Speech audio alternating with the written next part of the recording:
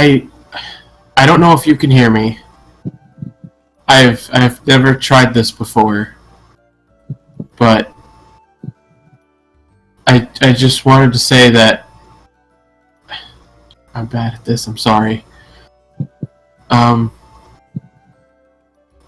never really believed in a higher power. I wasn't really taught that.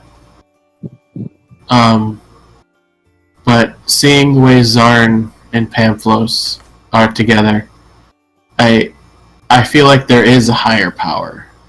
And I received this from someone, and I don't know what to do with it. Part of me wants to keep it, and the other part of me wants to give it back to the temple where it may have come from. I want to believe in something else, but I don't know if I should. I don't even know if you can hear me. He actually chuckles out loud. Is there any way you could possibly show me a way? You stare at the medallion in your hand. And you wait for Beat after thinking through all this. A little while longer. You don't seem to be getting a response of any kind. You're doing this just the once, Garrick. He's going to attempt it a couple times. Okay.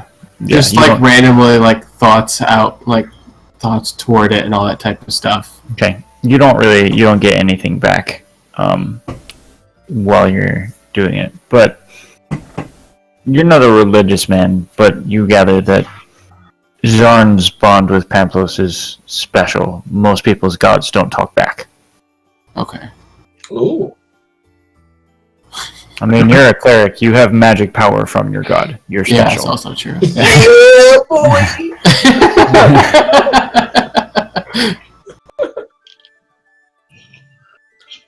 Could I... I wanted to do something sappy.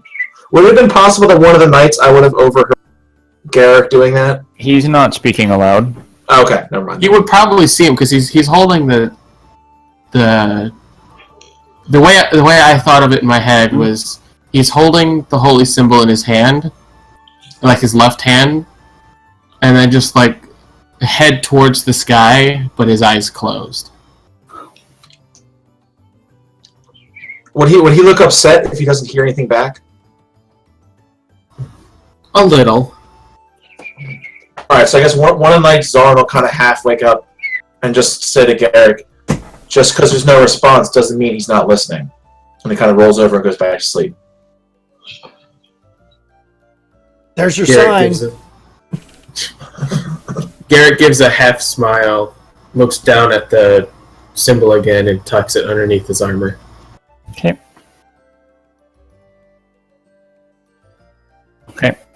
Boom! So just for the sake of Cleric, bitches! Norin being Norin, yeah. On watches, I'm just going to spend a little bit of time trying to work out the logistics of attaching the baton and the dagger together. Okay. And do it by the light of respite, just planted in the ground in front of me so it doesn't wake up anyone.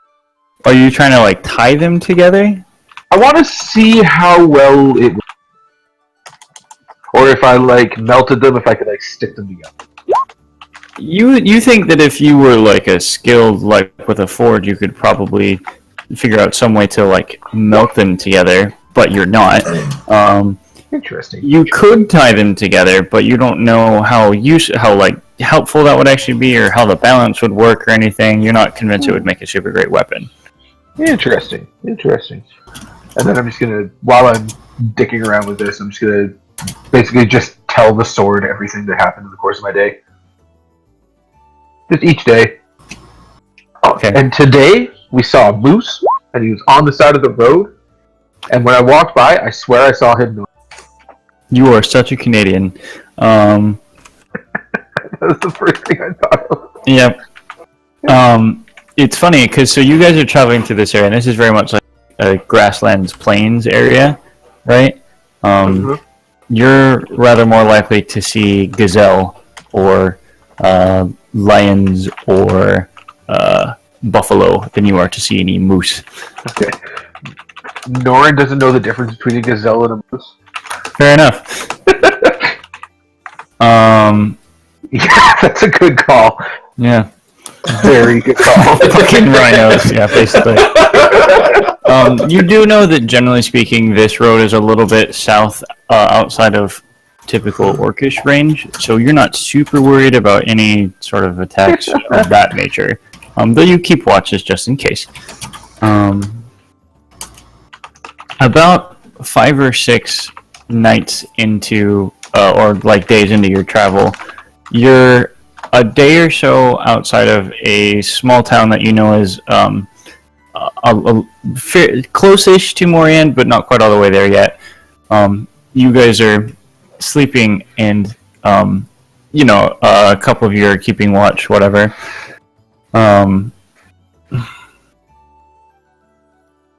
Gax, as you sleep, you dream. You are seeing yourself from a strange vantage point above the grasslands, above the road that you're traveling on. You can see the 6 of you laid down, sleeping on the side of the road near the grass. Everyone's asleep. Everyone's asleep. Which strikes you as strange because you know that someone was keeping watch. It was around you. Around you, the tall grass is still and quiet. Till it's not anymore. You almost sense it before you can see it. It's a rippling far away in the grass.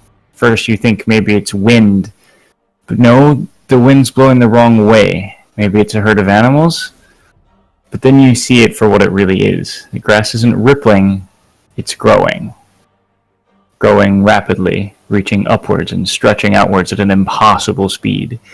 You stare as the growth spreads, and then you can smell it on the wind. Rotting, sickening. It races onwards. And you are unable to move from your impossible location, watching the bodies of you and your companions laying still and sleeping. As it gets closer, you begin to hear it. It's a rustling of the grass, but magnified by hundreds of times, like a tornado swirling through the stalks. And with that noise comes stirring. You see the 6 of you finally beginning to awaken, but too slowly. You know it's too slowly. Garrick and Alana blink groggily. Bree is just beginning to sit up. And then as Norn begins to stand, you see a stalk of grass wrap around his ankle. He summons respite and attempts to hack at it, but there's more grasping at him, pulling him down, pulling him inwards. You see yourself try to leap towards him to help, but by the time you land, he's gone. His screams grow muffled and then disappear. You hear Jarn yell, "Run!" And the rest of you follow his lead with no hesitation. But you, up in the sky, know it's too late. Bree is next to fall, unable to keep up, being swept up by the grass. You see Garrick trip, and Alana turns back to try to help him, but it's fatal for both of them. The grass swallows them before he's even back on his feet. It's just you and Jarn now, sprinting as fast as you can. Jarn's doing his best, but he's not as quick as you, and the stalk reaches out and wraps around his ankle. You see yourself turn around, him falling behind you. You leap backwards, swinging your ass downwards at the stalk, slicing through them, but it's not enough. They're dragging him back, the bulk of the grass continuing to pour forwards towards you. And you see yourself swing the axe downwards again, cutting Jarn's leg off at the knee. Oh. He screams, and you lift him bodily and carry him as fast as you can. But you see the grass reach his body, I'm trying to jumping the whole rip time. him from your shoulders. And you hear yourself yell in pure rage. It starts as a wordless scream, and then it becomes a phrase that you repeat. You hear yourself repeating as you struggle forward. I am the best friend. I am the best friend. And then you trip, and the grass wraps itself around your ankles, and you watch both of you overtaken, screams swallowed in your throats. And the grass continues onwards, growing horrifically impossibly fast. You wake up in a cold sweat. What the fuck? Okay, that was Sorry. Holy shit. You look around as you wake up, Gax. Nothing is amiss. Norn is keeping watch, awake and vigilant. The grass is normal. And we'll end there tonight.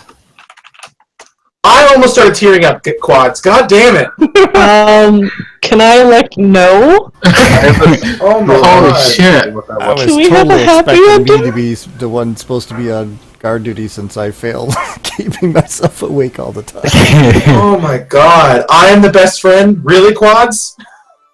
Yeah. I think that's I think that's up there with Zarn trying to let Fluffernutter go, and he just said no. Too real. Too real. Holy crap. Have I mentioned recently how much I hate? Whew.